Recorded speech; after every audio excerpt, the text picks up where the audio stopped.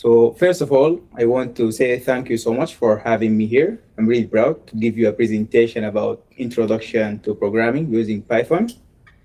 And before we delve into that, I want to give you a brief introduction about me. My name is MohamedElfatih. I am from Sudan. I joined Google 1 year ago as a research resident. And since then, I've been working on a project called Sky. This is an open source project about taking a satellite image of areas that is impacted by disaster and generating assessment for that area. So I'm super satisfied since I joined that project because I learned a lot and I'm really happy to be part of Google. So this is the agenda for today. First, I will give an introduction about, in the introduction, I will talk about why Python, why it's important to learn Python. And if I want to rephrase it, like what's the benefit that you will get from learning Python? Then after that, I will talk about basic syntax.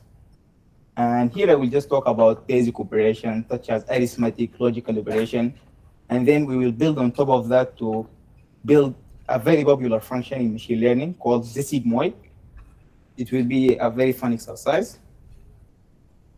After we finish this, maybe we'll take a small break and then we will learn how we can control the flow of our program and basically like how we do repetition and branching. Then we will end the session with some question and also some more exercises. I will use the slides for the theory, and for demonstration and practical purpose, I will use Google Colab. Don't worry if you don't know what is Google Colab, we'll explain it to you also. So let's start with the introduction with why Python. There are many reasons for you why to learn Python, but I took only 3 because I found those make the most sense to me. First of all, simplicity and readability. And here I mean, using Python, you can just, okay. I hope you could hear me all this time.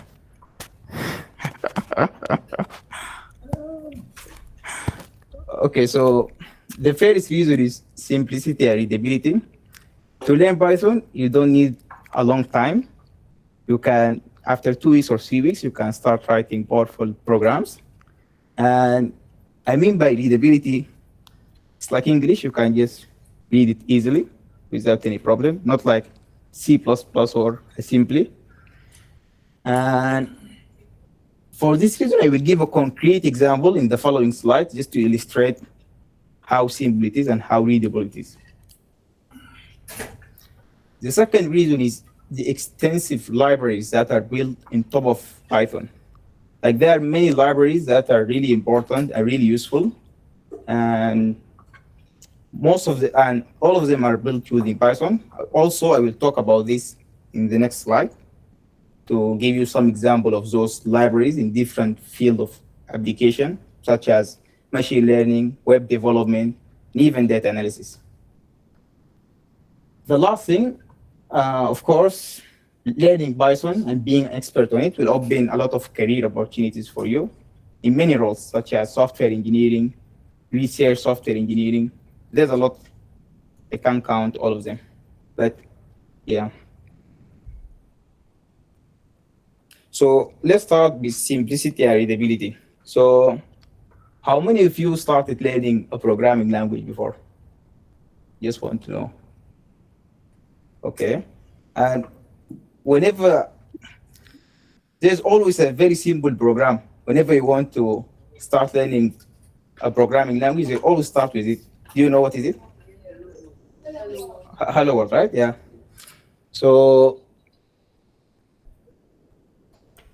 in C++, if I want to print hello world, first I need to import a library called iostream, then create a function called main function, and then I could print the hello world. It's 5 lines of code. I think it's a lot. What about Java? I guess it's the same. And instead, you just need to make a class.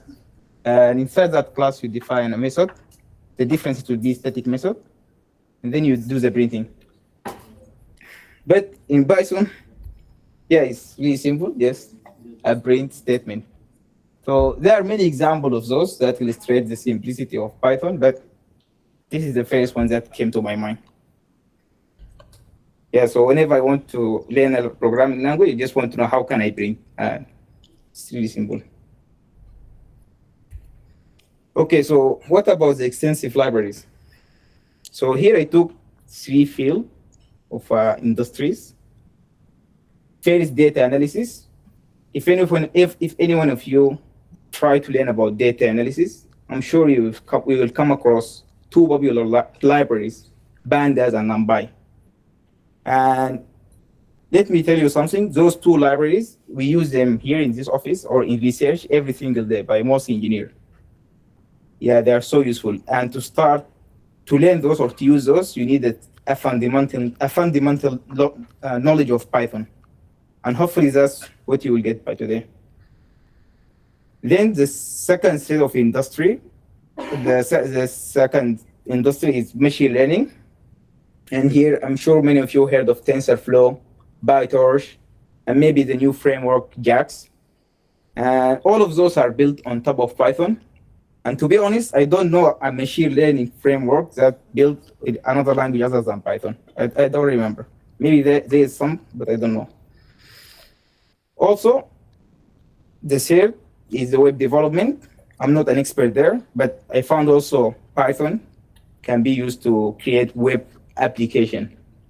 And those fields might not be, they're not distinct, but can also overlap. So I guess this from my perspective. Okay, so before I go into the basic syntax of Python, I just want to stop for a moment.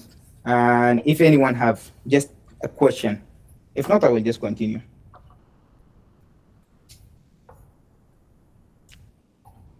I heard someone say something here. Okay. Okay, I'm glad. So let's start with the basic syntax.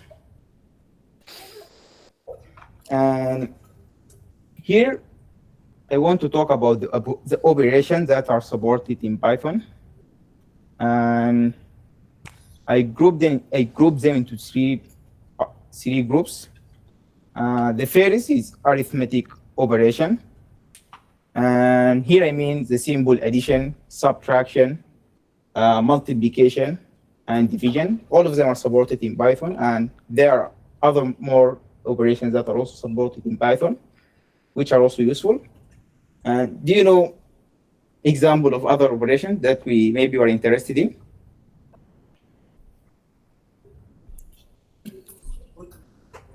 Correct, yeah. Other? Yeah, exponent, true. So yeah, all of those are supported. And the other set is the logical operation. The only difference between this group and the other group, both of them deal with numbers, but the first group will always give you another number, but this will give you true or false. And here we have equality to check whether 2 values are equal or not, greater than, the less than, or greater than or equal. And the last group will deal with string. String is just a way of representing text in Python. And here we have formatting, which means just inserting a value inside the text. And we have concatenation, to concatenate 2 strings. And you know, we can do also multiplication for text. We'll show what I mean. And the last thing is operations that on the string itself to make it lower, to make it upper. And I will show you a simple application of that. So before we go into the demonstration, I just want to talk about something called variable. For those who are not from computer science background, it's just a notion of storing something. You can think of it as a container that's holding something inside of it. And whenever you want to get that something, you just refer to that container. So Why we use variable? Because it makes our program more readable, and yeah, it makes it simple. But how we can define a variable in Python? Each language has its own rule to define a variable. In Python, it's simple. You just give it a name, any name, but you need to respect some rules, but you don't need to worry about it right now. Then you use the equal sign to tell Python that I want to put something in that reference name. And the value can be anything. For example, on this side, you can say I define 3 variables. One is age, height, and name. And you can see the value here are different. What do we call, for those from computer science background, what do we call the first type? What is the data type? Integer, exactly. The second is, and the third is string. We have also other fourth primitive data type. Can anyone tell me? There's a fourth data type. Yeah, exactly, Boolean, yeah. And it is either true or false, but make sure true and false start with capital. So in the exercise, did any one of you heard of a function called sigmoid? No. Yeah, I think, so you're nodding. Can you tell us more about it? No, okay, no worries. So sigmoid is very popular in neural networks. And basically, we use them to provide a source of non-linearity. And the way it works, it squash all the value between -1 and +1. And it has a formula for that. Is 1 divided by 1 plus e to the power of the negative input. And when we work with this operation, I will ask you to implement this function for me. And then we will look at it. So for the demonstration, I will use a Colab notebooks. And it's a tool similar to Jupyter Notebook. Did anyone know Jupyter Notebook? Nice, nice. That's nice. So Colab Notebook, you can think of it as the cloud version of Jupyter Notebook. And for those who doesn't know, let me just open a new tab and show you what I'm talking about. So here, okay, so, sorry, I think you cannot see what I will write, but basically, if you just wrote, let me write it here.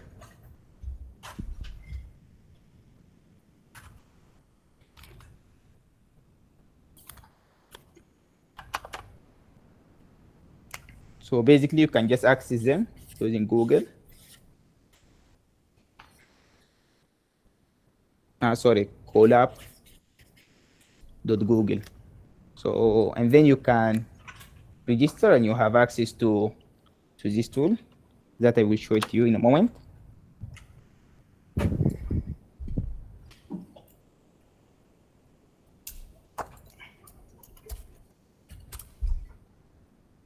So here you have 2 options, either to open a notebook that you already have or create a new one.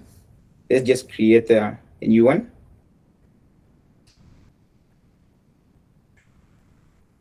Sorry, it's taking time to load.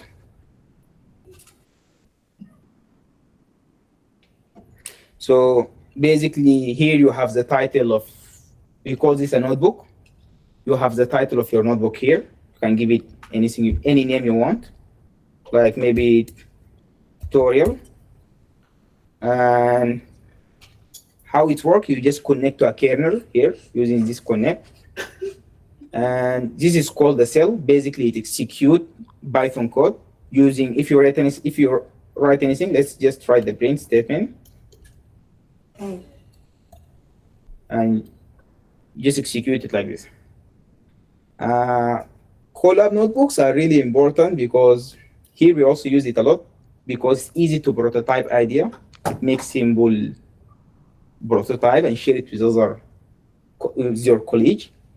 And it makes iteration really fast. If something works, then we take it and put it into production. So we will not use this Colab notebook, we use another one that I prepared. So for those who brought their laptop, you can just access it and open it and create a new notebook to follow the exercises. So let me share this tab.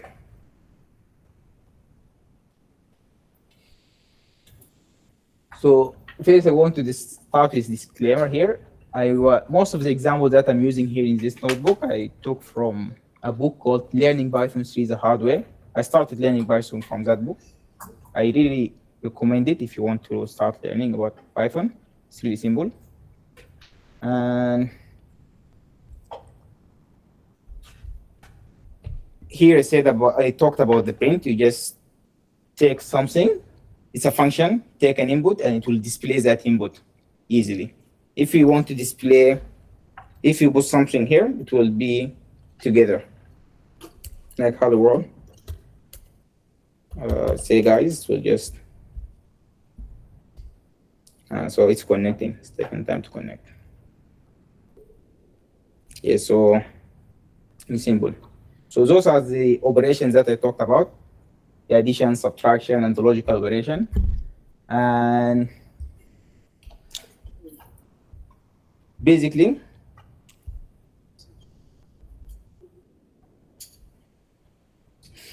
so I want to ask you, do you know how those operations are executed? What the order, like how Python decides how to execute those operations?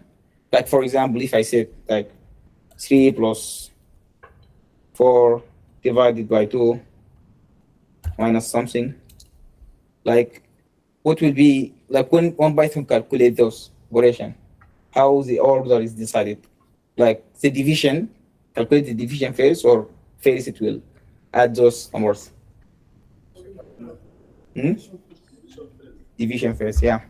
So, and basically, a way to memorize it, they say BEMDAS, basically parentheses, exponent, modulus, division, addition, and subtraction. Sorry? P is parentheses. I will show you what I mean. So parentheses is always, I always use parentheses whenever I'm confused because I don't want to remember all of this.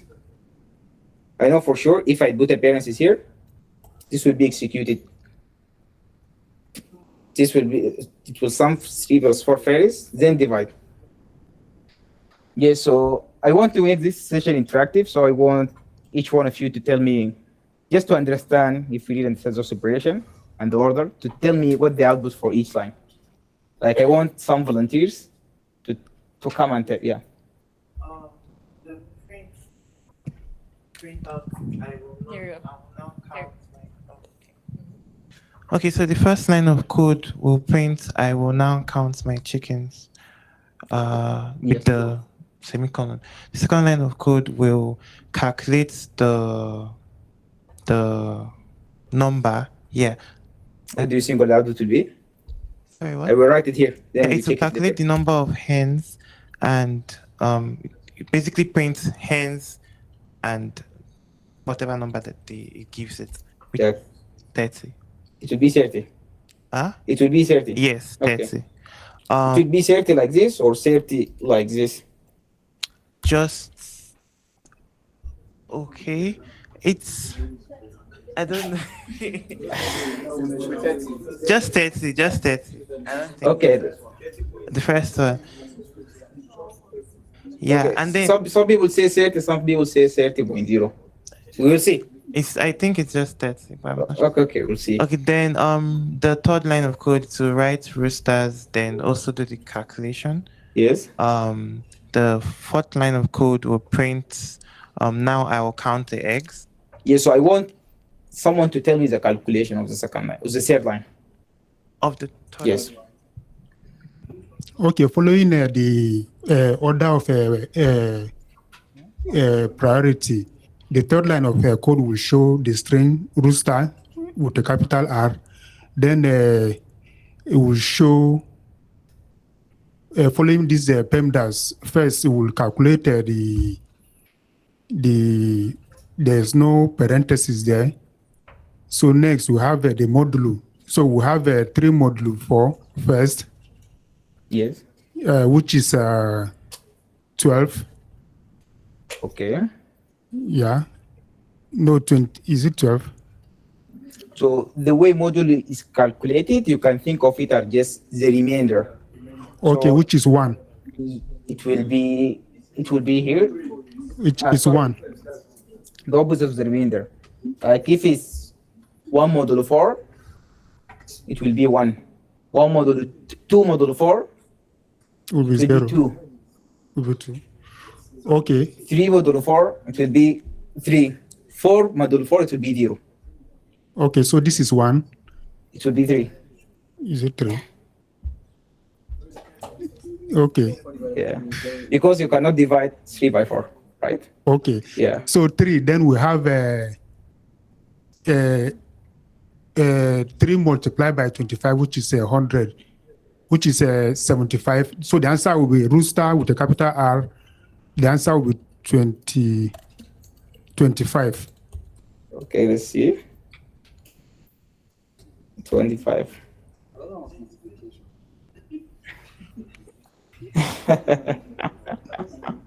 It's important to know those rules because yesterday while I was trying to implement the sigmoid, I ran into a bug. I was trying to test it, and basically the problem was just the order of the operation. And yes, it's really important. I just want to just emphasize on it. So thank you so much. What about the 5th line? It just says string. A. Now I will count the egg. Yes, that's true. Yes, print it like this. Yeah, in this line, I want someone else also, and not more people to participate. Who wants to give this one a try?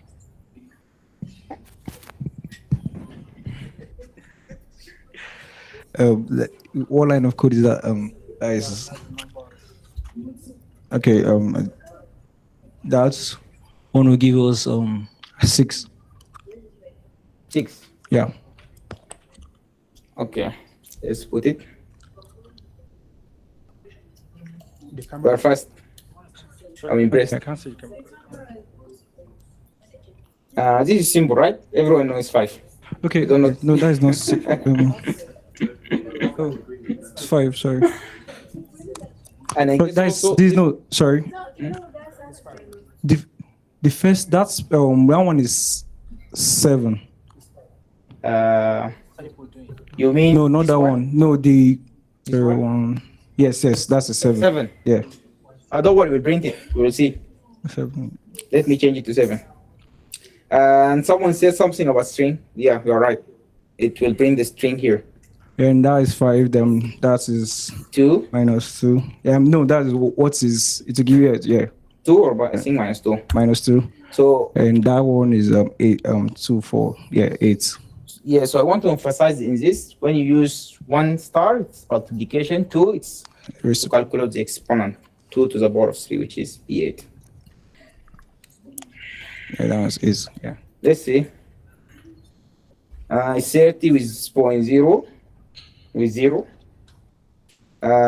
Basically, because when you want the output of the division operation is always float, and when you use float with integer, it will always be a float. So here it was 97. I'm surprised.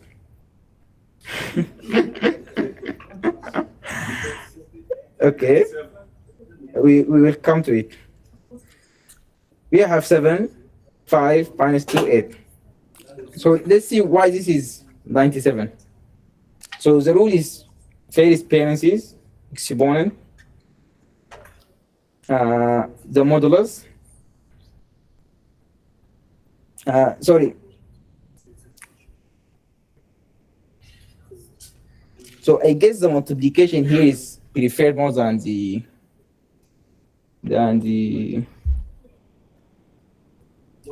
modulus. Yeah, I think that's why it's getting us this result. Yes, so let's move on to the next cell and see about the logical operation. Like here, we will deal with number, but the output will be true or false.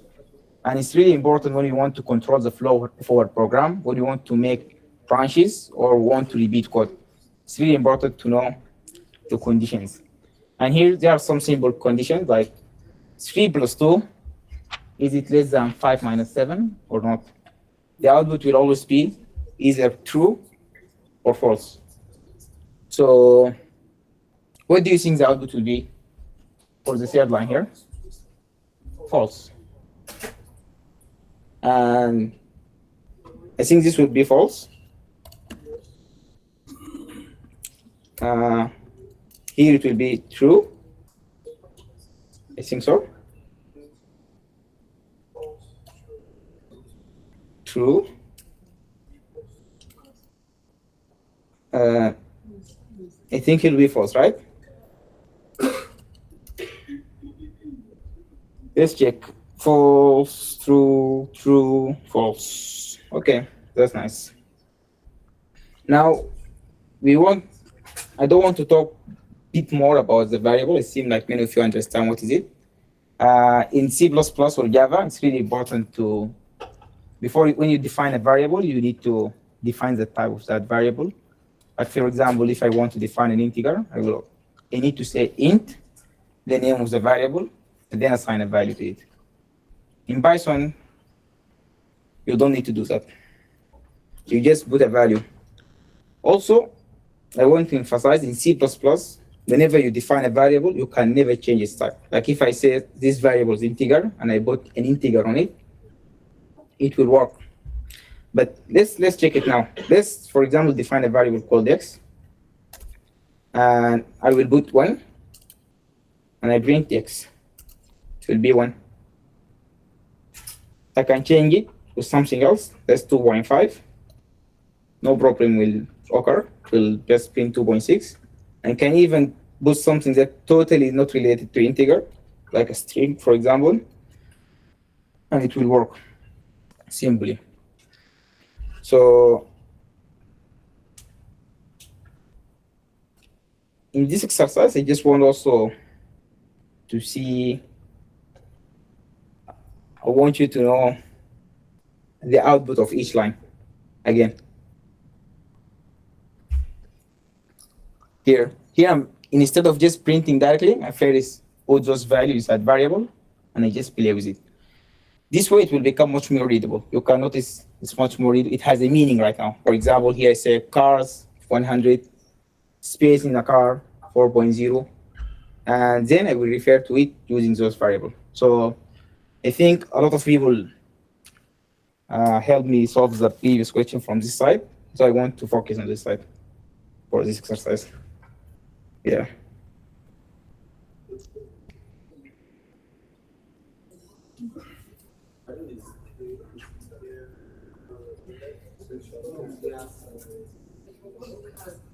So what will be the output here?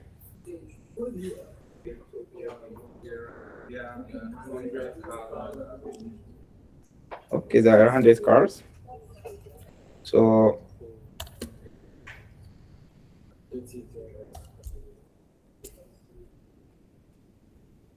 cars available.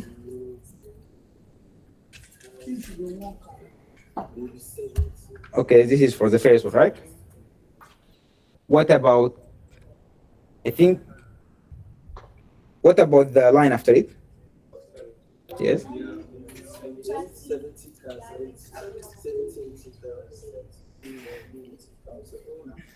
Yeah, but guys, I want from here, please.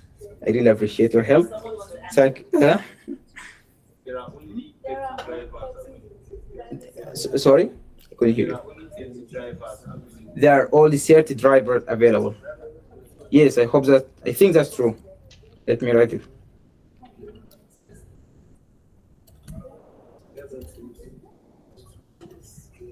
available. Okay.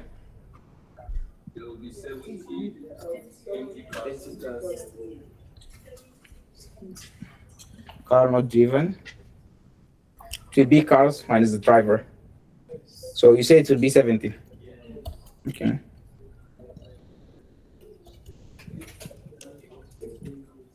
Empty cars.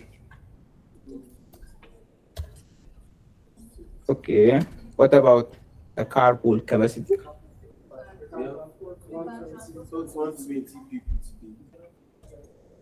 20. Okay. You sure it will be? Will it be? Sorry, guys. So it will be 120 or 120.0? Huh? So the first print statement, 70 cars. Sorry? The first print statement, Yes. there are 100 cars available. Ah, okay. I will fix this right now. So will it be, so right now returning back, thank you so much. Returning back, will it be 120 or 120.0? What without zero? 120.0. With zero? Yes. With zero. Why? Because space implies it. True. Now let's, we are almost there. Yeah, this is 60. Now we have AI completion.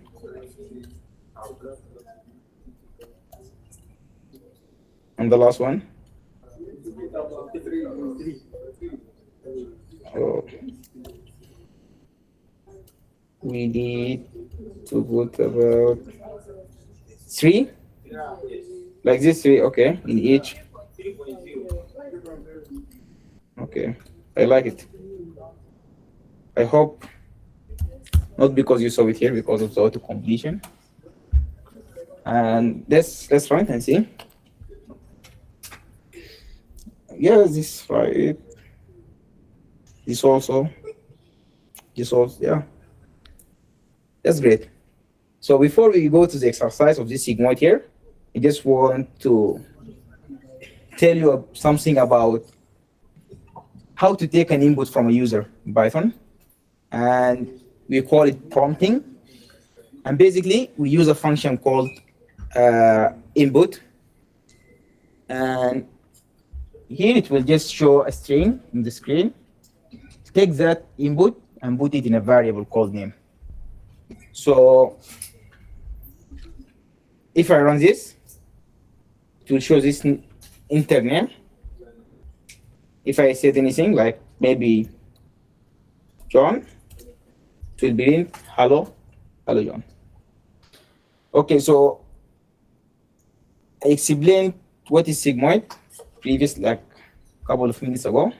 And basically I said like it's a squashing function that take any value and put it between +1 and -1.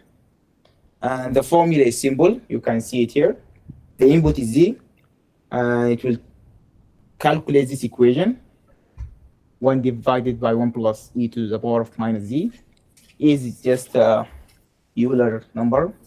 I will give it to you, just a constant. And I want someone to come here and implement this function to me.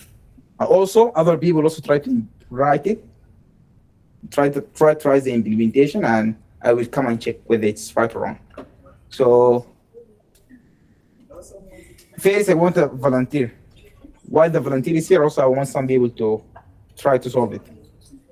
Anyone want to come here and volunteer to solve it?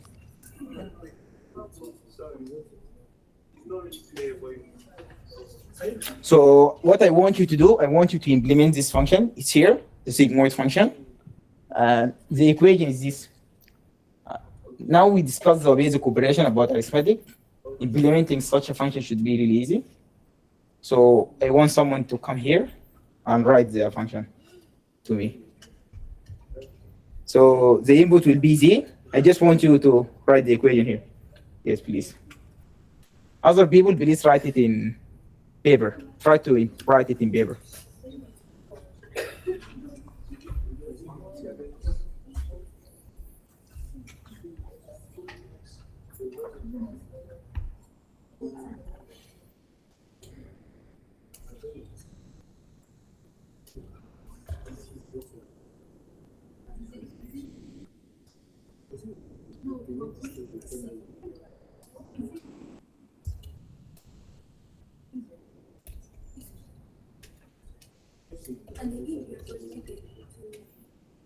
Sorry?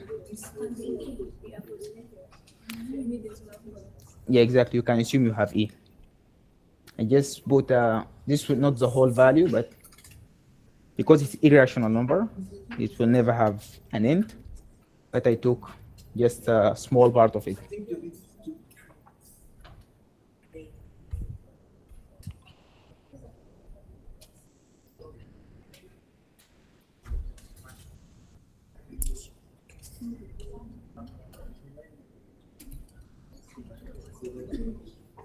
Everything okay, Obit?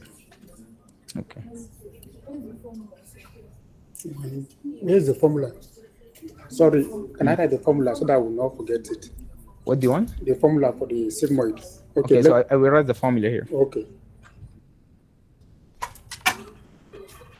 Can you see it from here? You can. Yes, I can see it. Okay.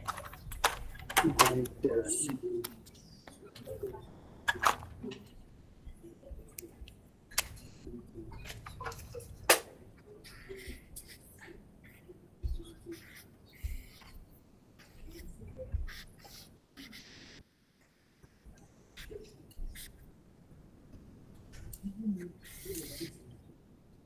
is there already now.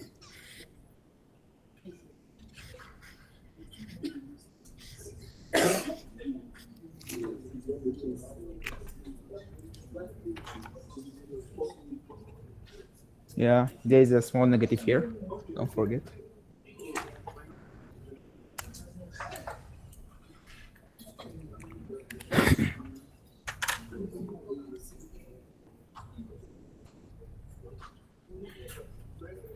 I think this is it. So you can try. Okay, let me try and run it. Okay. You can stay here. So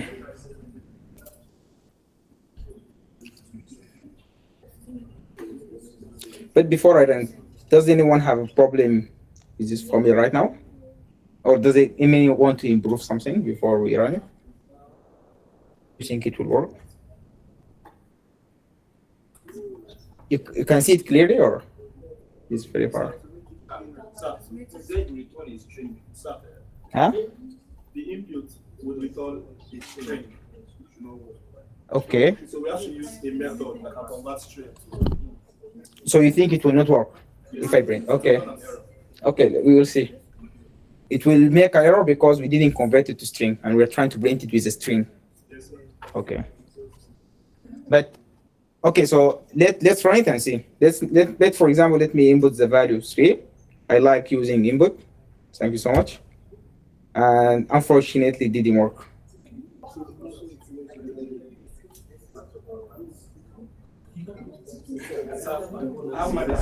Huh? What? I've done mine on my system. Okay, can you come and fix this?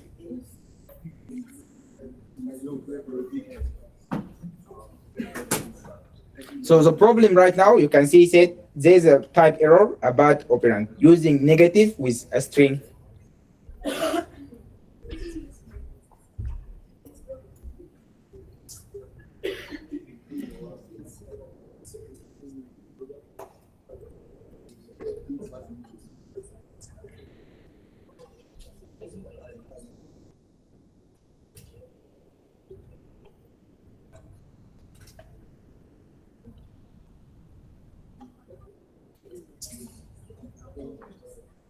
Okay, this should work. It should work. That's fine.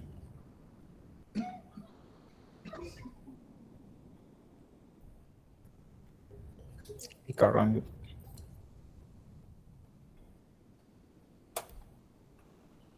Okay, thank you so much, both of you, for writing this function. And it's always a good idea to test your code after you write it. Just sanity check to make sure like everything is correct.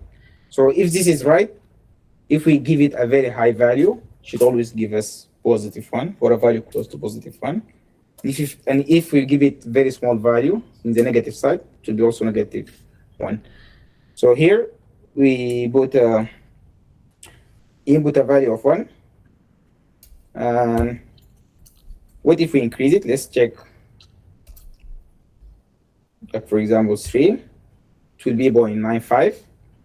If we try to increase it more, it will be, let's try 10, it will always be closer to 1. And the same will happen if I try huge number in the negative side. Let's try -10, for example.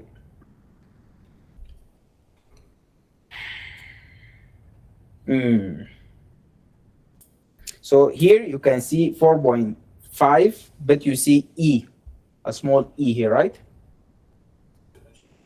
Yeah, it's just basically 10 to the power of -5, which is like, yeah, number close to 0.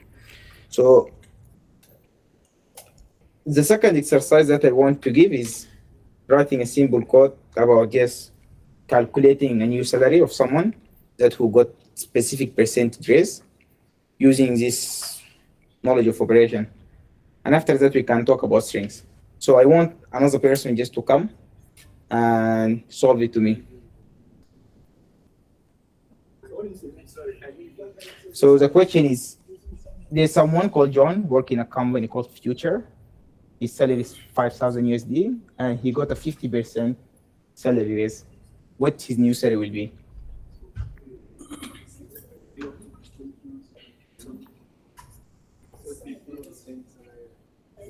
Yeah. So I want someone to come here and just do the math here. Someone's so excited.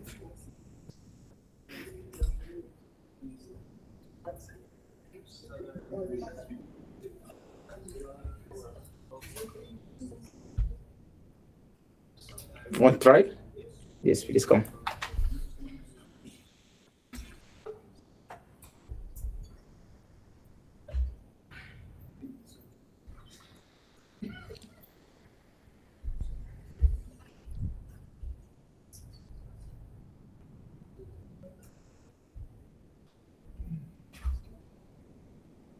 Other people, please try it also in the paper. Like try the code in paper. Excuse me, sir.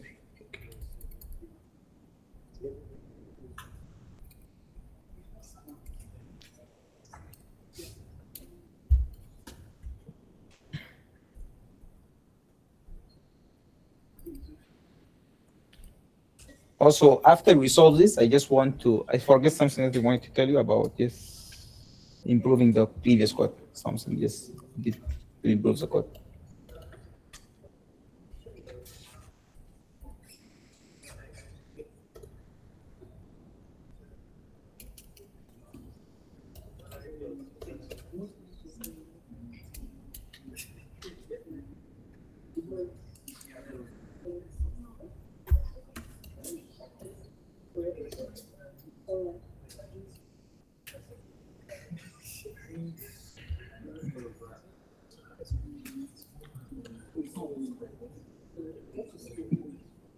Okay, so before we run it, does anyone want to review the code? Do you think it looks good for you? Yeah, thank you so much.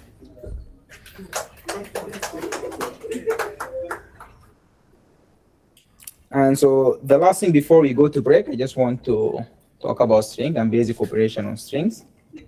And basically, if you want to define a string in Python, you can use a quotation, and either double quotation or a single quotation. So, for example, if I want to say a name equal, I can say, put this single quotation and write what I want, like Mohammed. I can do the same thing with double quotation. It doesn't matter. but I need to respect some rule. For example, if I want to put, for example, if I want to say Muhammad, I can use another single quotation in that text. Like if I want to bring something Muhammad's ball, I can use, if I want to write Muhammad's like this, it will never work. So we need to, basically it will not work because Python will understand this quotation is the end of the string and the other is just some problem.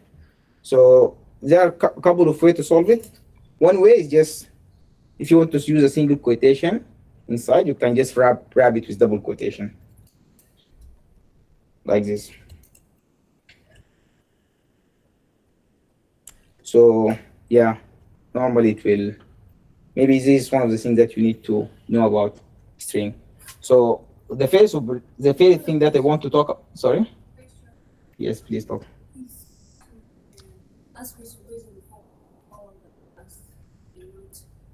What if you use numbers and the time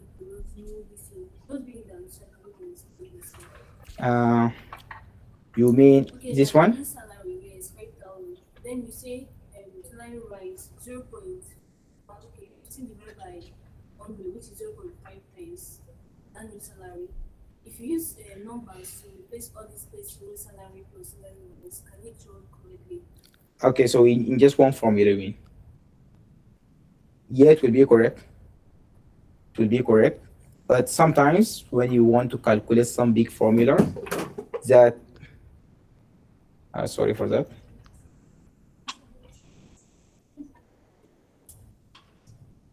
So whenever, if you want to calculate some formula that are really big, putting it in just one single line, it will become so complex. You will end up with many parentheses, many operation together. When someone else want to review it, it will be a really difficult task. But if you divide it first, I want to calculate the rest.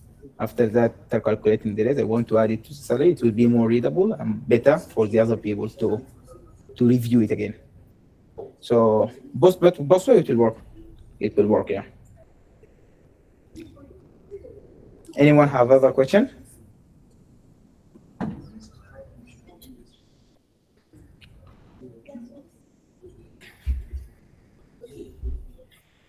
So may I have the attention of this side?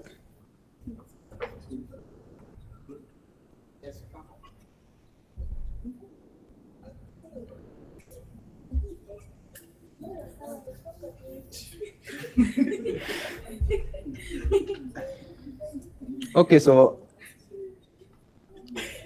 I'm happy guys we're really discussing it. That's me are really excited about it, but we need to focus on the other thing about strings, the first operation in string. And here I said earlier about formatting string. And basically just playing the string and inserting some value inside of it. It's really important we don't deal with just numbers. When we deal with string, we make it descriptive and easy for people to understand what is this output. Like if I just output a number of 100, what is this 100? We don't know. Can be an age, can be number of apples, can be anything. But using string and formatting, it becomes much better for the user. And there's a different way to format string in Python. The first one is called f string. It's called f string because basically you just put f before the quotation. And if you want to insert a value inside that string, you can use the bracket, this curly bracket, and put the value.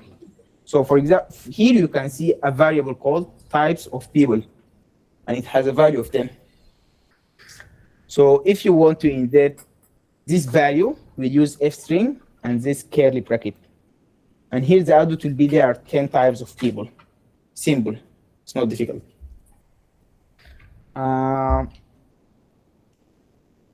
There's the other way is we use the method called format.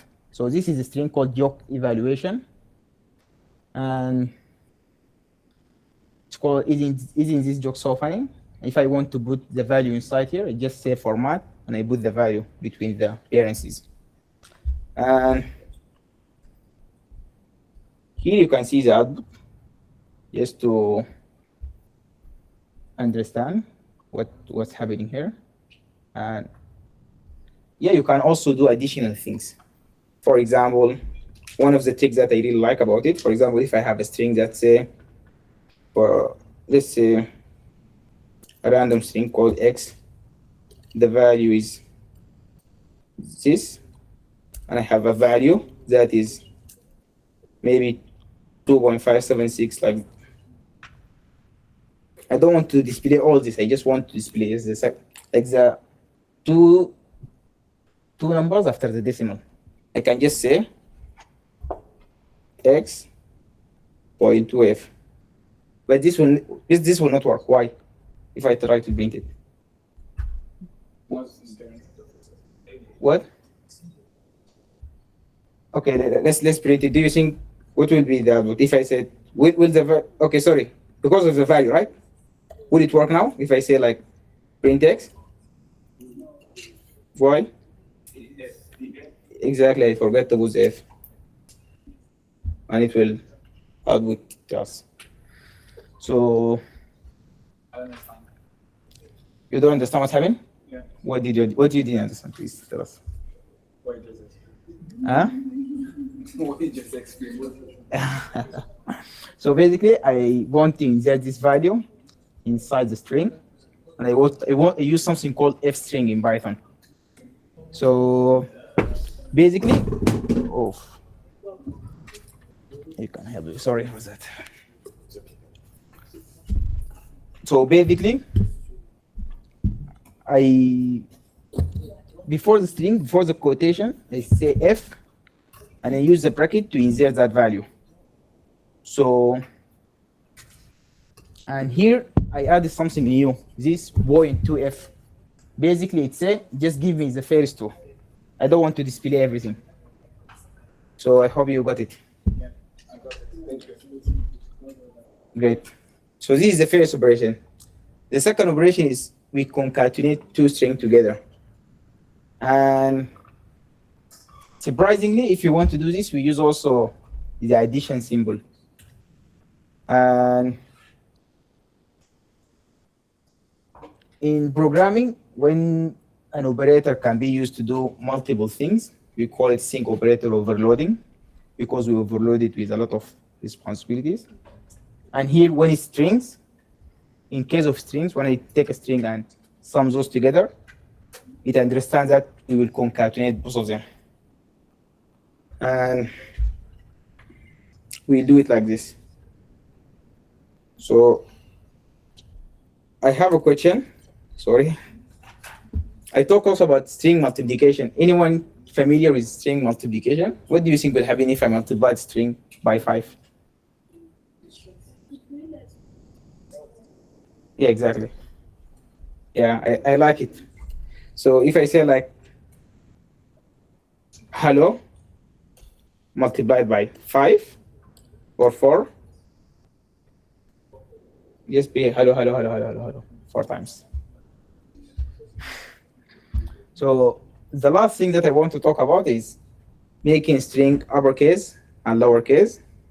And here we have the upper method and the lower method, and just check the case of each letter. And this somehow is useful when you deal a lot with text. For example, if you have an email in your database and you require a user to input their email, usually the case of the letter doesn't matter, but you want to check the equality, whether he enters the right email or not. So, for example, here's the email in the database called MohamedElfatih@gmail.com. Let's make it simpler.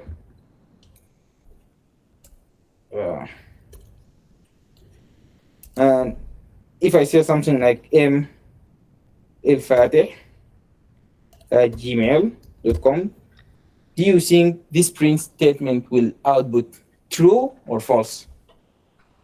If I just check the equality like this. Yes, because the letter is upper.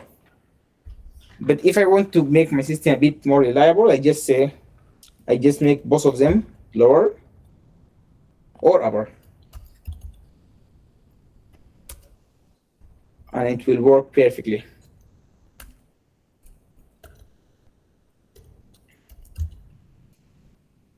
No, it's big work. I know why. With Google.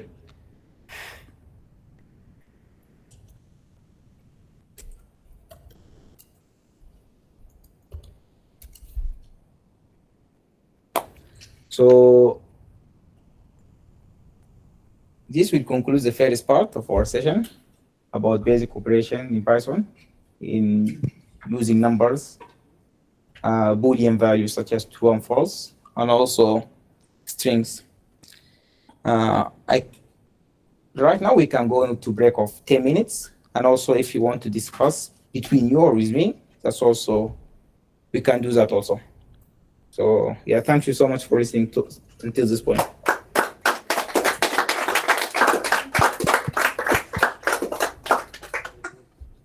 So we come back at 4:35.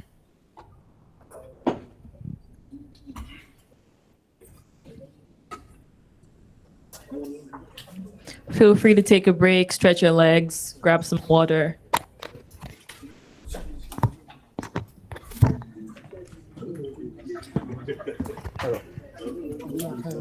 Okay. Okay. Or the Mustafa. Call Mustafa. He's a problem. So speak Arabic. Walaikum assalam. Nice to meet you. So, okay. So, I'm learning the analytics because I'm using the when the data analysis and process. So, on that platform, I've learned spreadsheets, I've learned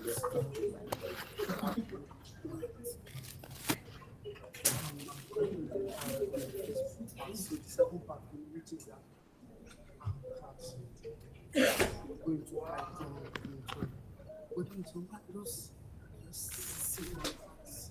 Okay, I believe data analysis is just about finding problems which we can relate to. But then how do you do this?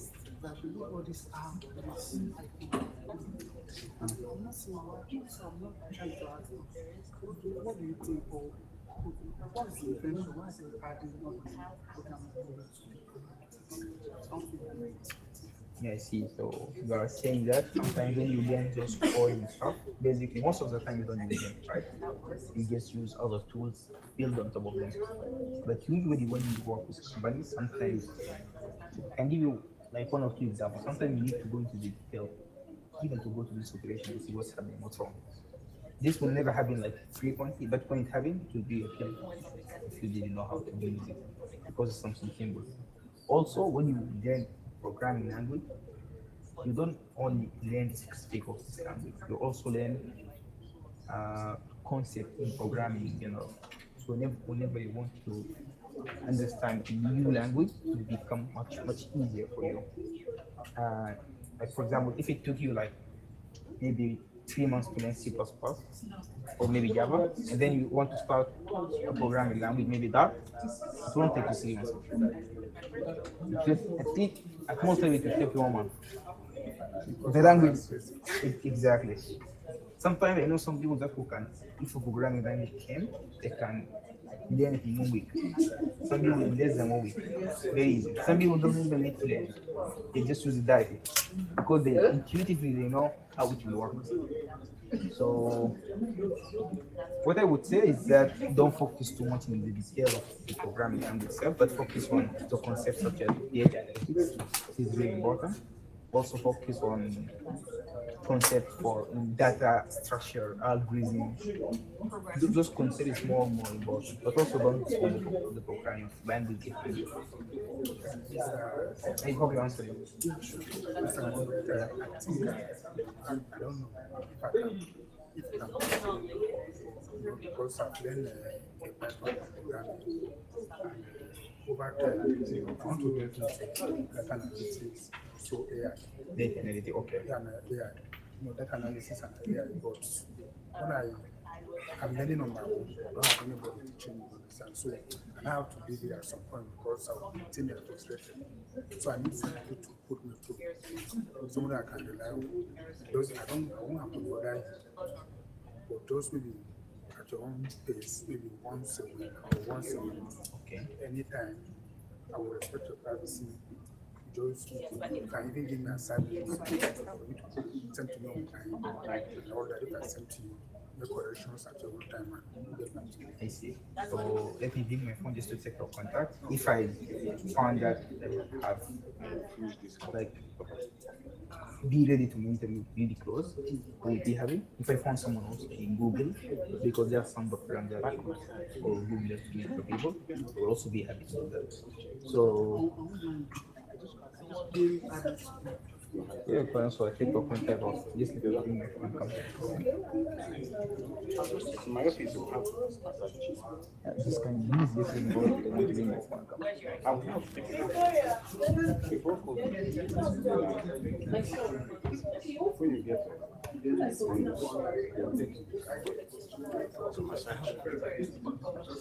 They're waiting for me. Come to you, Daddy. What's your name? Emmanuel. Nice to meet you, Emmanuel. Nice to meet you. You're from Ghanaian? Nigeria. Okay. format. That example that you in the air. Sometimes people do some format. We have to get this guy for selling so much like Yeah, everyone has used. Let me go there.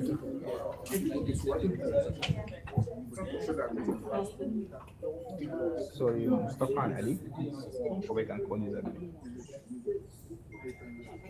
So just type in your number, save it with the name that you, but also now from Sudan. We relocated to Ghana like how many years ago? 20 years. It came to Ghana last October. Not last September, sorry, it's October 2020. Yeah. From another country. I am from Accra in Sudan. It's school in Sudan, my bachelor, my master I did in Senegal, then I moved here to Ghana. Of course. Sorry for you. Yeah.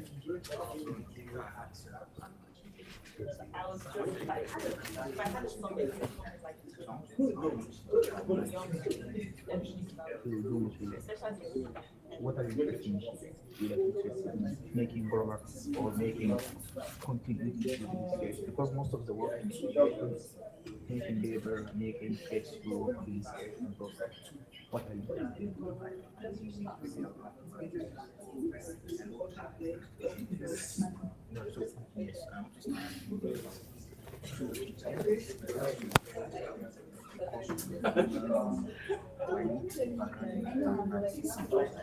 So what I would do is partnership build the page for the federation, because whenever you want to join a company that whether they want to do product research, they will also always ask about the data, which are related to the mathematical.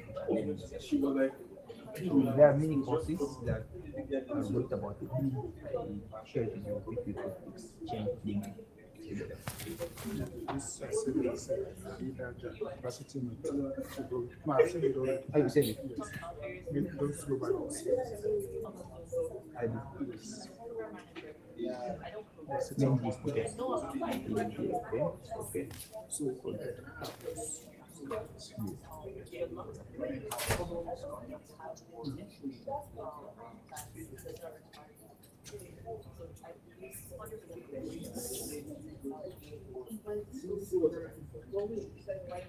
plus 233.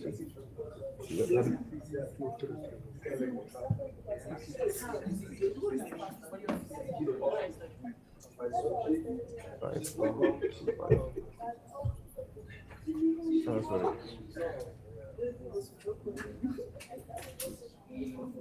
Okay.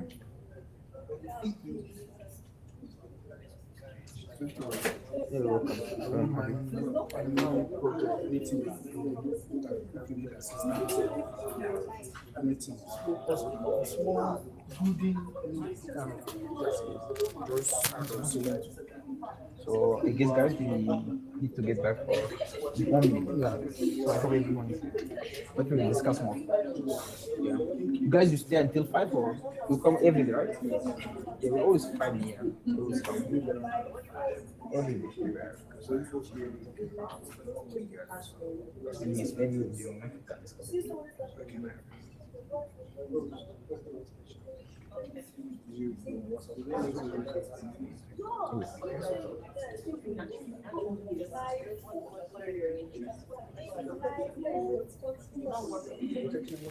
Sure. Emmanuel, right?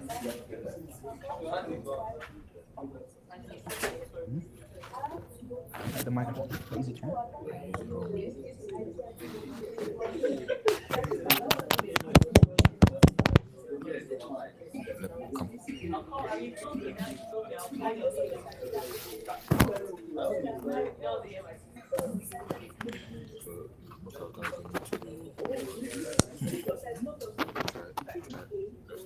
Okay, let me talk. Hello. Hello.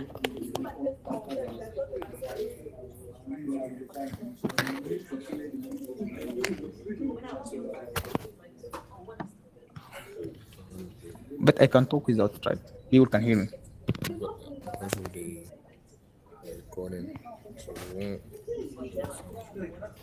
Hello. Okay.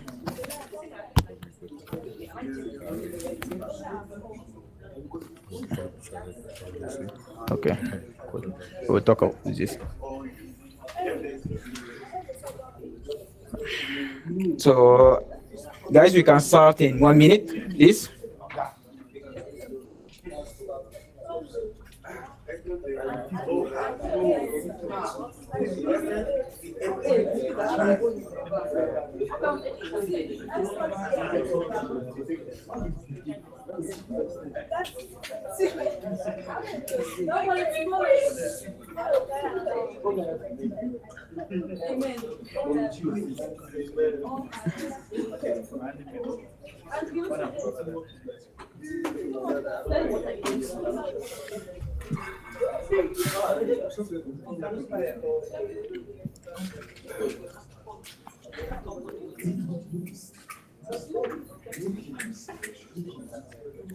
So we can wait additional 1 minute for people to come, and then we start.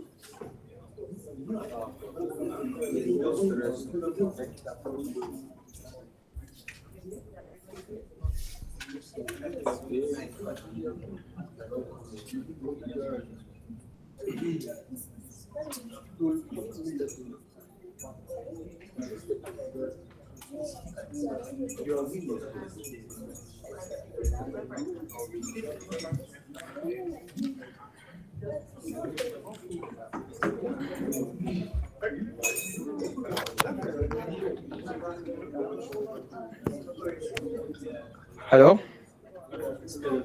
So we can start with the second part. It will not take a long time. Just control flow. Describe it simply while I'm talking. Does anyone know what do I mean by control flow? What? If it's statement. Is only if statement?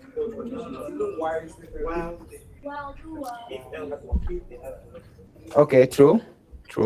So basically, there are two types of controlling the flow of a program. There are two types that in every programming language you need to be aware of. The first one is to make decision or branching using if statement, and the other is to repeat a code multiple times using while loop or for loop. All of them are equivalent. Like for loop or while loop is equivalent, but each has its use case. I'll explain it more. So let's go back to our notebook. And let's talk about the syntax of if statement. And here we have three forms.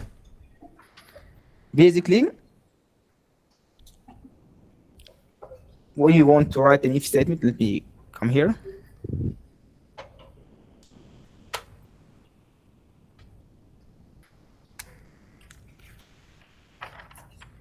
Okay, I can write it here. Everyone can see, right? So the syntax is simple. First, you say the word if, then you have a condition.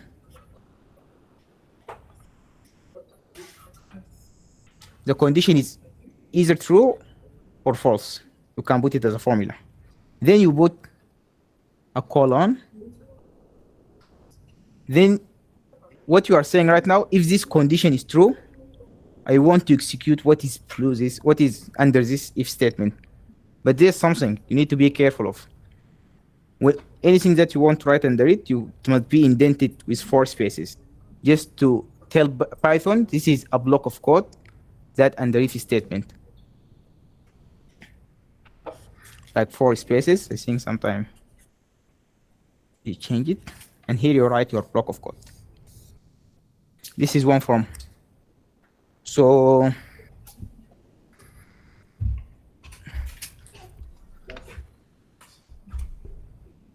here, in this simple exercise, we just see whether we'll print those statements or not. And what do you think about the first one?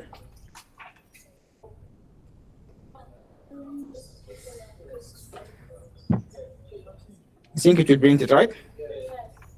Yes. The second one, I think it's the opposite, so it will not print it. So people are less than dogs. Yes, that's true.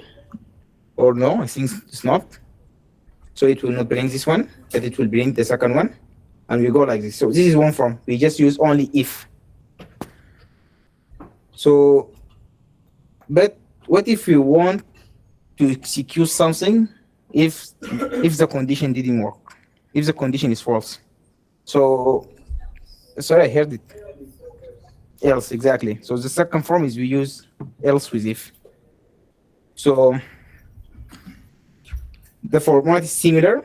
Instead, the only addition is that here we add else. We don't put any condition because it will be executed as if this not will work, because this is already false. You also indent it and you write your second block of code. So there's also a third form. What if I have multiple conditions? So we use another keyword, it's called elif. And what we are saying here is just that if this condition do this, if this second condition do this, and then at the end we put else. If any one of those conditions was satisfied, the code will we will all execute only one block of those. Like for example, if I say, let me show what I mean. So if I say, if true, or if 2 is greater than 1, print something. And if I say also true, if 2 is greater than -1, print 1. Both of those are satisfied, right? 2 is greater than 1, 2 is greater than -1, but the first one will be satisfied, the first one will be executed. All the other will be just ignored. That's what I want you to know about if-else statement, and I think most of you already know about it. So we can go directly to the second exercise, which is value activation function. And it's also similar to sigmoid. The only difference is better, and it replaces sigmoid in neural network because it solves a problem called the vanishing gradient. And the equation for this relay function is simple. It's really simple. If z is greater than 0, just return to us z. If it's less than 0, it gives us 0. I want someone to come here and implement this function to me.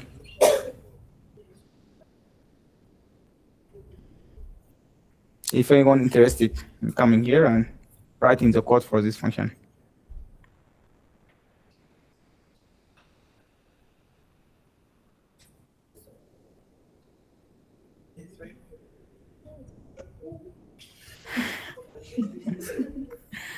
Anyone from this side? Don't be shy. Just give it a try. Give it a try. Plate of jollof for the person that goes up. There's a lot of it. There's a lot of it.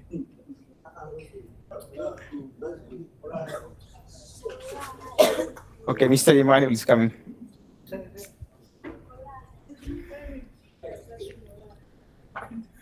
Let me just. This is the graph of the function. Yeah, so. Solution. Wow. Yeah. Can you hear me?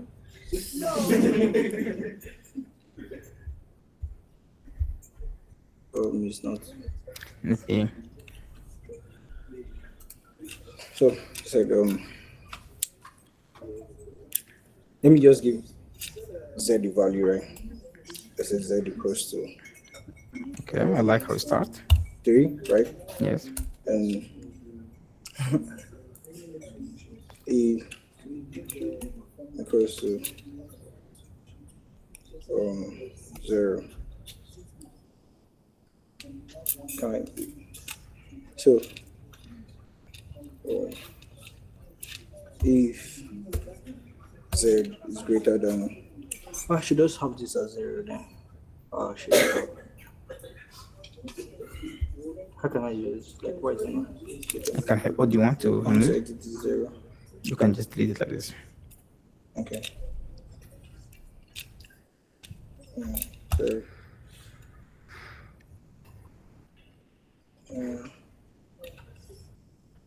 You can just print the value if you want. yes, then what is it? Okay. Then if z is greater than 0, print z, right?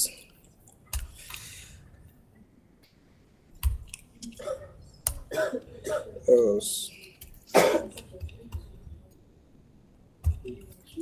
print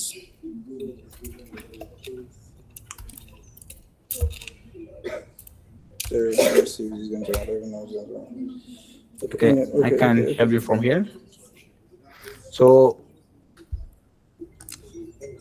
Mr. Emmanuel wrote the solution to this problem, but we are finding some difficulty here.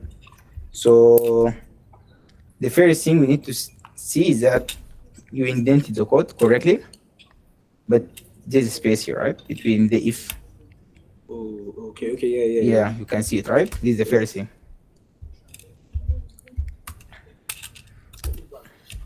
And if you take it back here, exactly.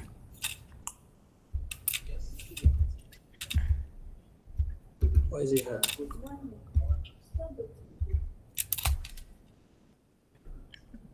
Yeah. No. So here, if you want to compute the condition, we can only use a greater symbol without is. So what was Is. You have is here, right? okay? If okay, sorry. No, it's okay. So all of us start like this. Okay. Okay. Great. And also we can retain this back a little bit to be aligned with that brain. All right. Yeah, please. Thank you so much, Mr. Mario. Yeah, so yeah, this is simple function in machine learning, yet very powerful. Also, if you want to implement it, usually we don't use if statement. We use a function called max. We say like max of 0 or max of 0 z, and that will always is equivalent to if it's greater than 0, return the value. If it's less, just return 0.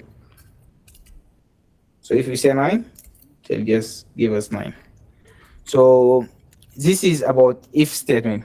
Before I go to for loop, does anyone of you want to something to be clarified about if statement that is not clear?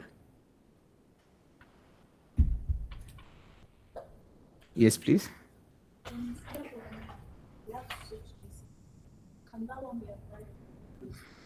So honestly, I don't remember the use of switch cases in Python, but it might be supported. I'm not sure. But what I know, they are equivalent. So if you, what switch does, if statement also does. So and it's always better just to focus on using one thing correctly all the time. So that's a good question.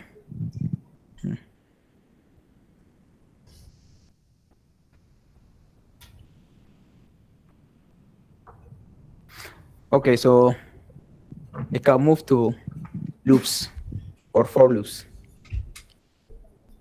So, but before I go to for loops, first we need to talk about list. List is different from, it's a data type, but it's different from primitive data type since it's to be a collection of something.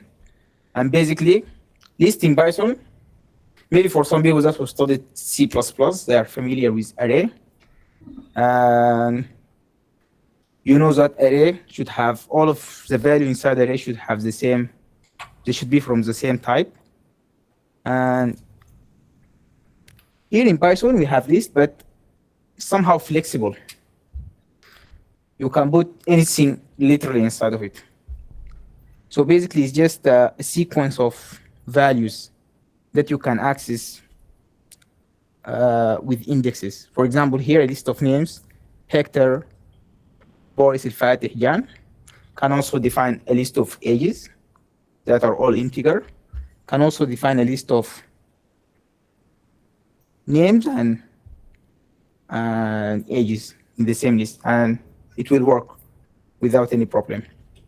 So just you can think of a list as just a collection of something that is ordered also. The order matter. Like if Hector is the beginning, it will always be at the beginning. There are many data structure or other collection other than list that are supported in Python, and each one has a use case. But we will not go into detail of that, such as set, dictionary, and other than that. So if now we understand the list, basically whenever we want to do a for loop, the syntax is simple. So we want to iterate the list or to go into each value in the list one at a time in the order that's defined. How can we do that using for loops? The syntax is really simple. I can show it to you here clearly. So basically, the syntax is simple. First, you start with for. And again, you just put the variables that will iterate the list. You can give it any name, X, I, even a word. It doesn't matter.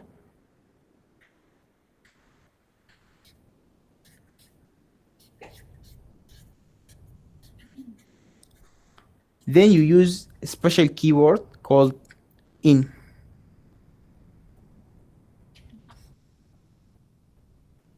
And then the list that you have. Finally, you put a colon and remember to indent the code with 4 spaces. Basically, this rule of indentation is not important because text editor, code text editor will handle this for you. Whenever you just press enter, it will automatically do the code for you. But I just want to talk about it specifically for you. So here, what will happen, this variable name will be first assigned the first value in the list. In the second iteration, it will be assigned the second value, the third value, and goes on, and goes on. So let me. So here, I'm trying to iterate the list of name, and I will print each name. And here, again, I'm using the F string for formatting to insert the name. And let's see what will happen. You can see name, Hector, Boris, Fatih, Jan, each one in a single line. But there's a question. What if I want to, I have a specified number of iterations that I want to perform? Like I want to do something maybe 7 times or 8 times. Do I need to create always a list that has 7 items to do this? Or can I do it in a simple way? Sorry, I have a question. Where is the variable? I didn't see you declare the name. So the variable, you mean names or name? Names. Names. No. Ah, Names. names, okay. I've declared it here. So it's saved names. Yeah, sorry, I didn't emphasize on this more. So, I thought that maybe if you declare, okay, this is a root. Now I was thinking that if you declare it that that line and you run it, if you start another line, the ID will ignore what you have done earlier. So basically, when we use Jupyter Notebook or Colab Notebook, whenever you create a variable, it will always memorize that variable for you. Like even if I deleted this cell, still names will exist. Yes. So sorry, let's go back. So it means that it's not advisable to handle maybe 2 or 3 projects in the same ID. Yeah, you should be really careful about that. And basically, when you use Colab Notebook, you just want to execute something that just to make sure the ID is it working or not, because many libraries are installed in this TensorFlow, PyTorch. You don't even need to reinstall it again. And also, you can even connect to hardware such as GPU, TPU for free. And it's easy for you if you want to just explore an idea. So, but basically, when you want to do something serious, you will never give it as Colab Notebook. Also, it's also good for the purpose of learning if you want just to learn, because you can execute easily. So, did I answer your question? Yes. Okay, great.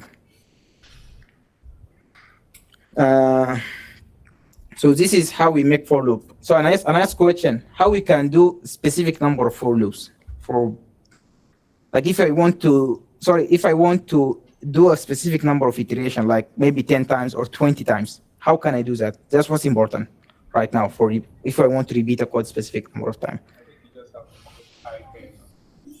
Exactly. So, sorry, what? I-10. I put a list of 10 numbers, 10 items. But if you want to do it, repeat it 10 times, you just have to print I-10. Yeah. Also, I can do that, but also if I want to do something complex inside that for loop, like maybe something. Okay, so inside. Yes. So here we use something called range. Range is basically a specific type of list, but basically it creates an item from 0 to 9, and a total number of 10 from 0 to 9. And here I can say I want to, using this way, I can execute something 10 times. If I wanted to do it 20 times, I just do 20. Also, I can also say, maybe I want to start from 1. I don't want to start from 0. It will also work. But let's first see how it will work from just a normal use case. That's 10. So here you can see it will start from 0. 0, 1, 2, 3, until 9. And this way, if you want to do something that is really, I don't know, maybe to do summation or something, to repeat some function multiple times, you can do it this way. So if I say 1 here, it will start from 1, and it will repeat it only 9 times. It will never go to 10 if you put 10 here. If you want 10, you just put 11. So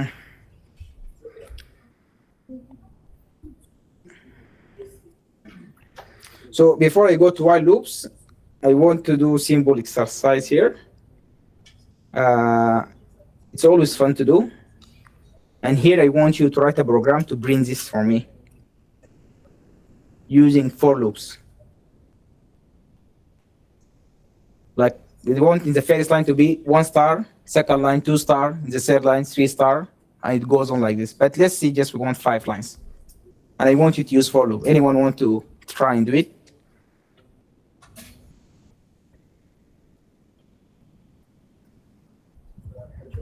David, interested? Come.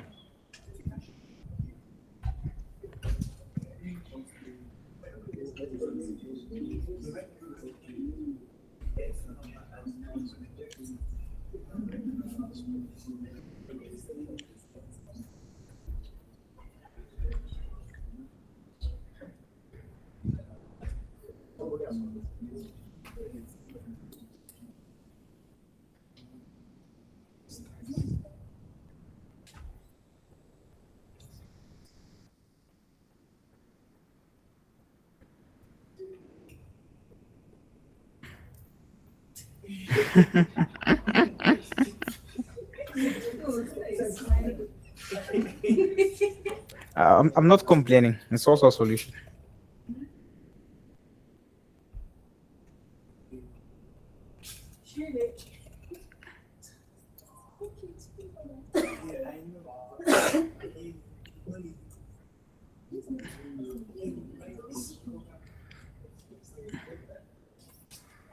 That's correct, David. Thank you so much. Please, come. So if I want to do it 50 times,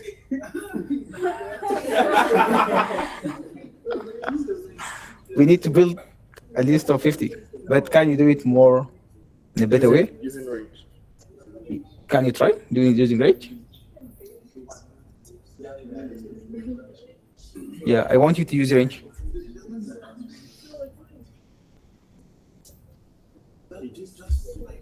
This is perfectly fine, but the idea is just I want to practice using range. So if I want to do it 50, that means I need to iterate 50 times, right? So I need to do range of 50, right? Let me think about it. You want to think about it?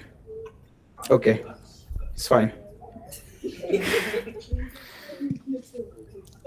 Does anyone want to try it before I solve it, or? Can we have one of the ladies try? Yeah, exactly. The lady has volunteered. None of the ladies tried here. You want to try? No lady has volunteered just yet.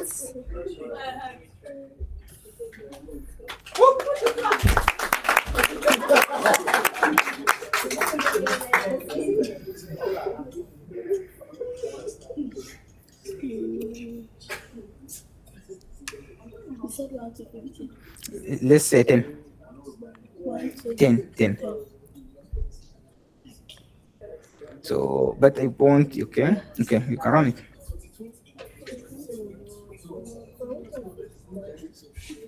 You just press it hard. No, press this really hard. Type it here.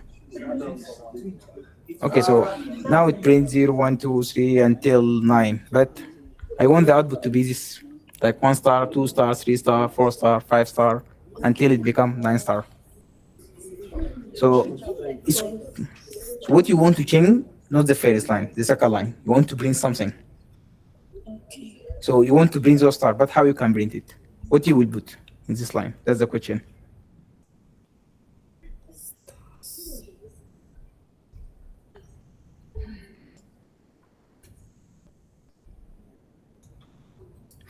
It will bring the list. It brings Printed a list. Yeah. Star.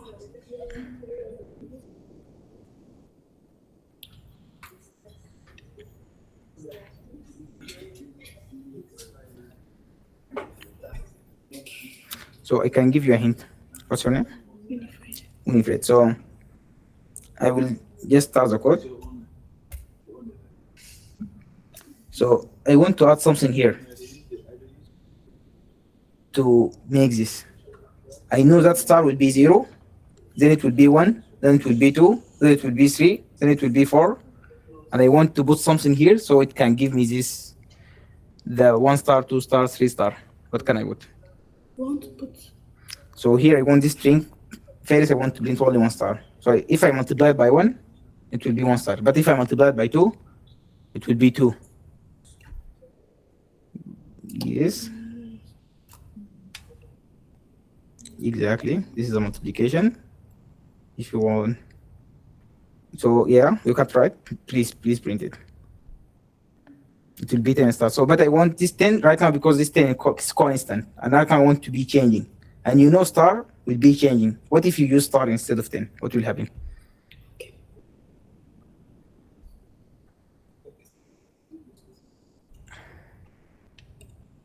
No, just star. All is a variable, yeah.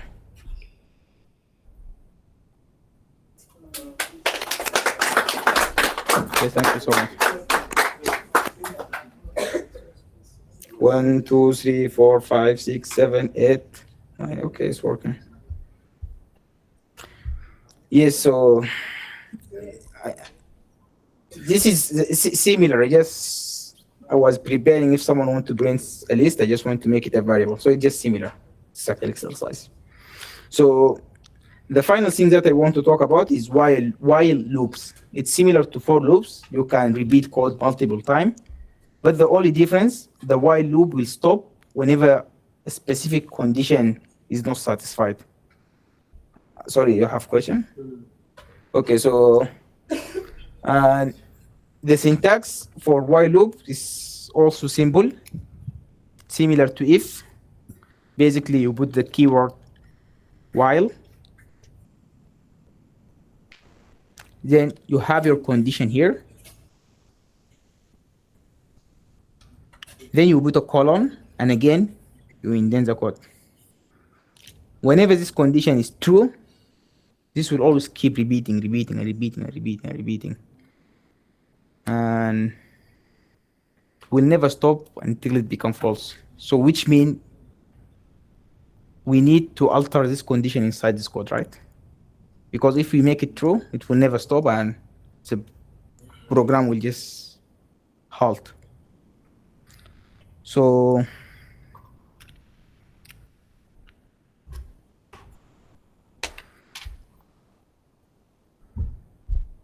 if I want to do something simple as printing just star again using while loop, first I can define maybe a variable, call it I, and I put a 0 as this variable, and I say while I is less than specific number, maybe 10. So right now 0 is less than 10. For sure, for the first time it will get executed, right? So if I want to say print star plus I, do you think this will be enough for me to, do you think the code will work without any issue here? Exactly. So right now I need to always increase I until this condition will become false. And there's two ways. I can say I equal same I plus 1.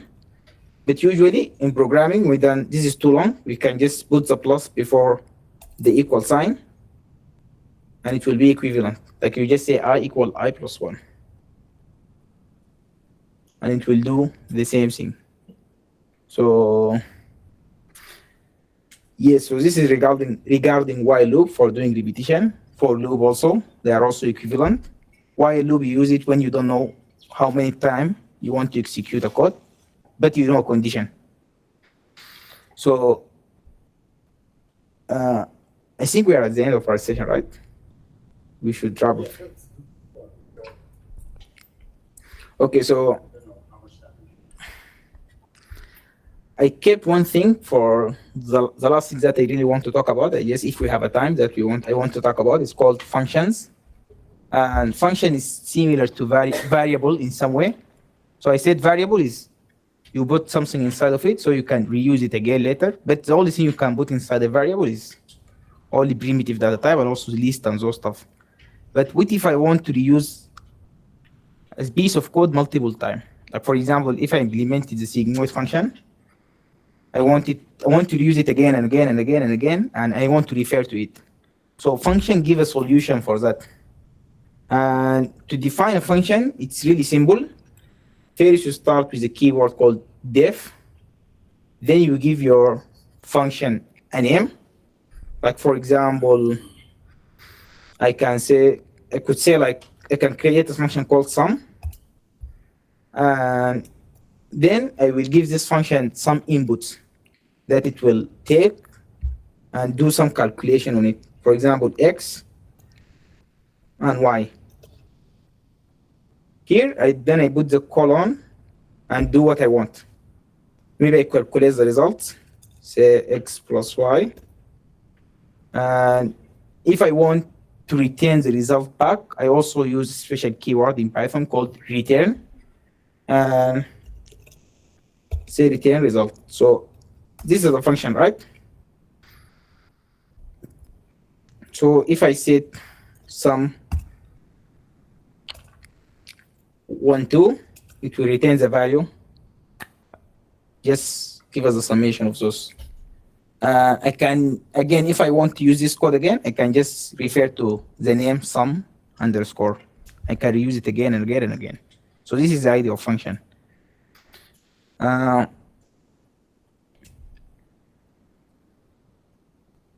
you use function, sometimes it's preferable to give it a good name, make it short, make it do only one thing, and also don't let it access a variable that outside its scope.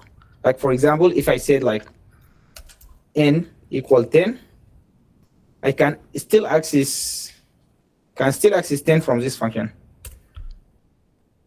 I said n, the code will still work, but this is bad. Because if somehow I forget about this global variable, this function will never make sense. Right now you can see the result change. And they call it pure function. So enough of this. I want someone to come again and remember that sigmoid function we implemented. I just wanted to write it as a function. And this will be the last exercise for today. So this sigmoid here. Someone who hasn't been up yet should give it a try.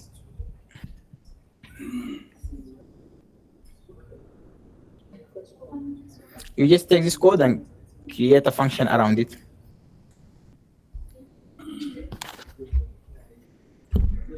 Anyone from this line want to try?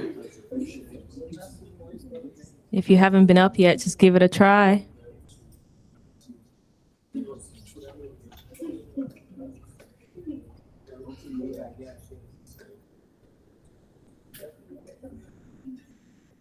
Yes, please come.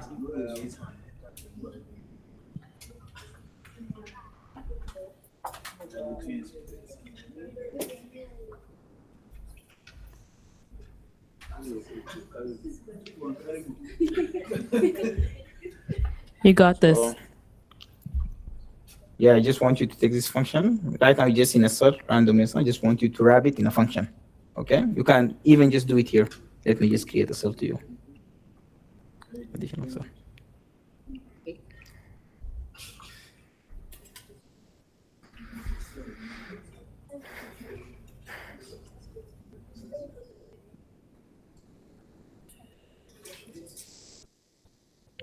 Isn't it prefer? Yes, can you just return back? Just, sorry. So we prefer if you do it here in the new cell, okay? So we can still have another seed here. I want to copy it, okay?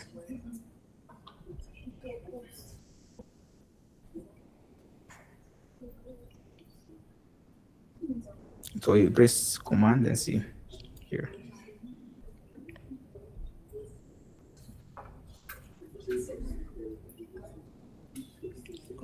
Exactly.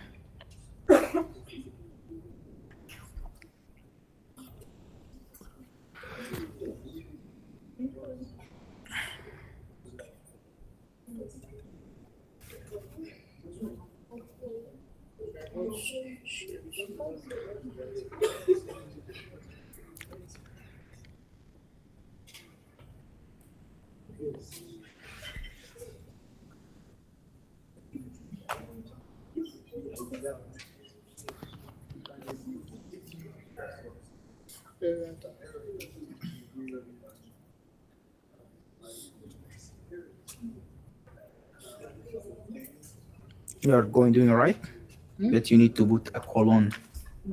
Remember the colon.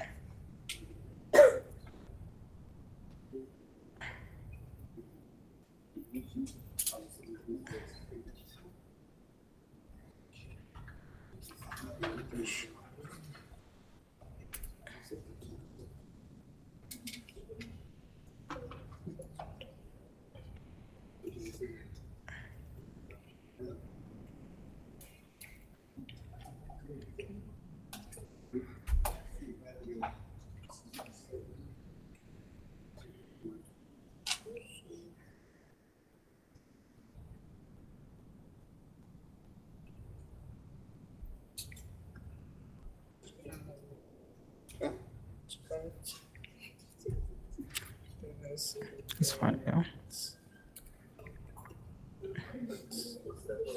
So let's review it together.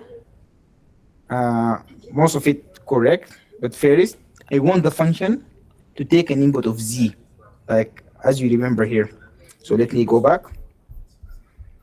You can see when I created the function, I first said like one of the input will be x, the other input will be y. So I want that function to have input v, and then they do the calculation inside after in the body of the function itself. So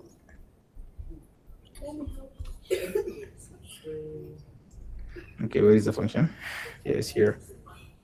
Everything is correct. So what I want from this function to take an input instead of all this thing, you can just put z, right?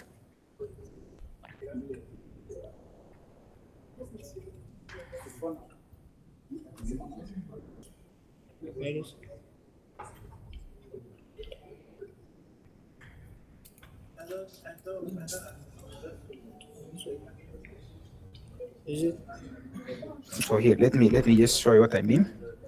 So this is the function, right? It will take an input z, and inside this function, I want to do my this calculation. I want to do it just inside. You go to timer, right?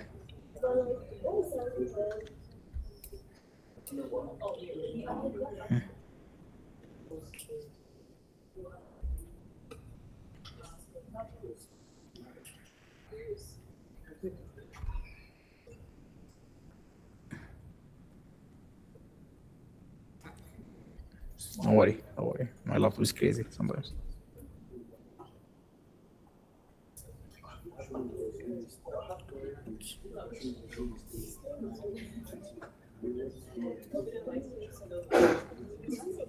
Okay, okay. So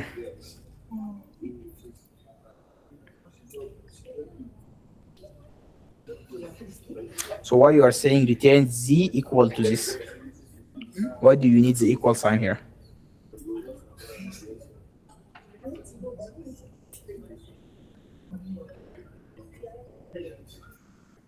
What do you mean?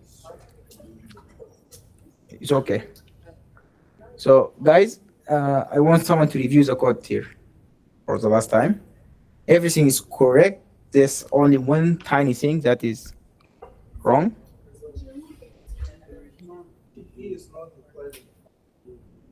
He didn't what? Sorry, I didn't get it. The E.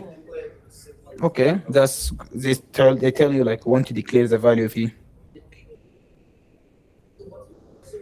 Can I make it that you can put the value of E if you want to like? Yeah, you can take it from here.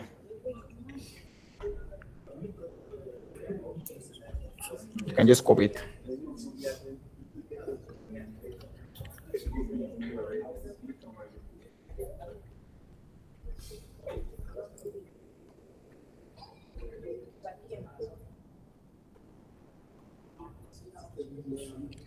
Great, great.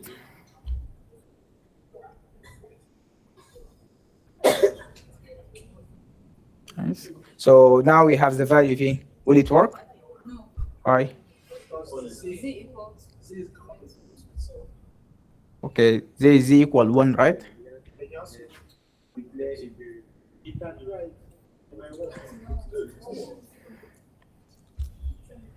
So they tell you like Z, we have a return statement and we have Z equal to 1. So either we remove the return or we remove Z equal, one of them. You can decide whatever you want. It doesn't matter.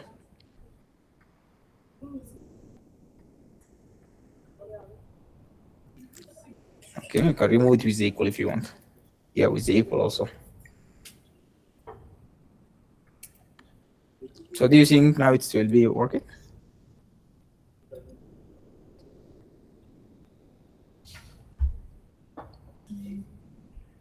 Yeah, I think it's correct. Well,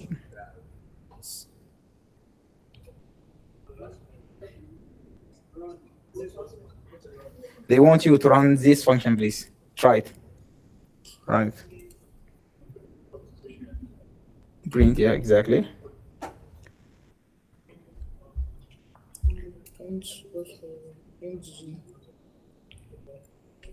Yeah. You just call the function, you just say the name again and give it the value inside that function.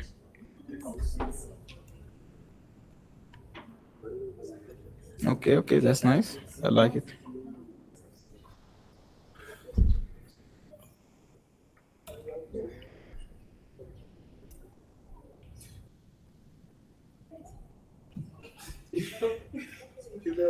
So before we run it, okay, first you need to push this print back because it shouldn't be inside the function. Yes, exactly. And we don't want to bring Z, we want to bring the function when we call it with a value. So just call the function. The way if I want to call a function, I will just repeat the name of the function and give a value inside the function. Exactly. Just make sure you write the function name correctly. Yes, that's true. Then you give a value for it. When you give a value, you open a parentheses and you put the value inside that parentheses. Yeah, just run it. And now it's working fine. Yes. Right now we can reuse this function again and again and again. Thank you so much. So I think right now we reached the end of our mini bootcamp. I hope some of you understood one or two. And thank you so much for attending. And I would love, if anyone wants to ask a question, please do. But we don't have anything to do now. Thank you so much. Thank you so much, MohamedElfatih. Okay. Any questions for Mohammed?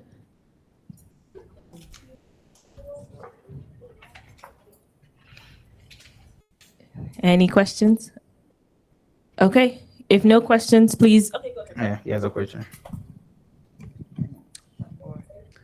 Please, I want to know the difference between the list you talk of and an array. Okay, so the difference is really simple. So basically, in Python itself, array doesn't exist unless you use a library such as NumPy. And the difference is that when you create an array, each element inside the array should be of the same type, which means you cannot create an array. For example, You put maybe name, string, and then you put 2. If you created array like this will never work. So the value should be of the same time, of the same type. They're quite homogeneous. For list, this condition you don't need to satisfy it. I guess that's the only difference. And also one small difference in NumPy, when you create array, you cannot change it. You cannot alter it again. But at least you can always append to it. You can remove values from it easily. There's no problem. So that's the difference. I hope you answered the question. Any other question? And one thing I will urge you to do is that when it comes to programming, what you've just had is just an exercise. If you leave it here, it just leaves you. That's the end. It doesn't make much sense. It doesn't have any impact on you. The best way you can make maximum use of this is when you go back, you continue to work on a simple project and grow your skill in Python. If you don't do it, what you done here, just wasting your time for this particular thing. Okay, and Google Colab, we have a free version, which we can have access to. Okay, and as we continue our conversation, our meeting, I want to see you come up with projects and see how you can build Python solution to those things. And as you meet with your mentor, even if your mentor is not a programmer, a software engineer, he can point you, tell him you want to, him to help you connect to somebody who is a software engineer.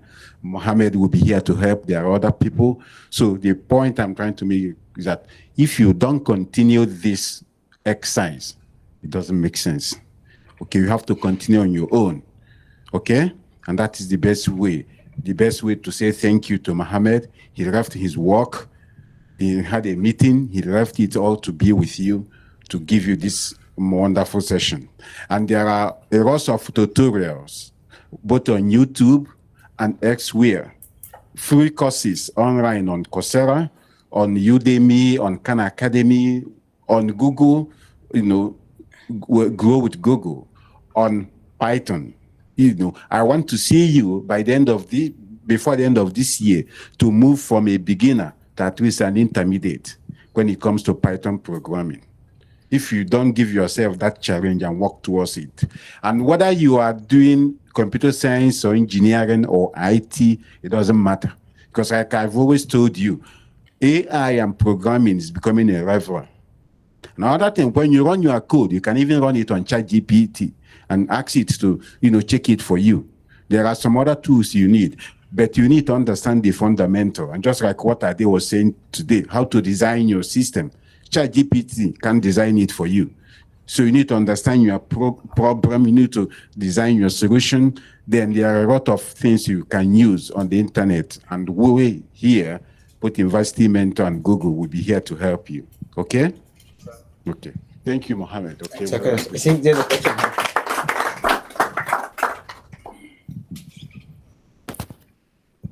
Just to add to what Obina just said, I've started programming from Fortran Basic, and then Assembler, and then the more one that I've dealt with is COBOL, which is dead now. And one thing about programming, it's like chemistry. You leave it for some time, then you forget it. Now I could say this is what we call computational thinking, which I have the YouTube taught in MIT. Now, if you don't have that that kind of logic of programming, I bet you cannot actually make it.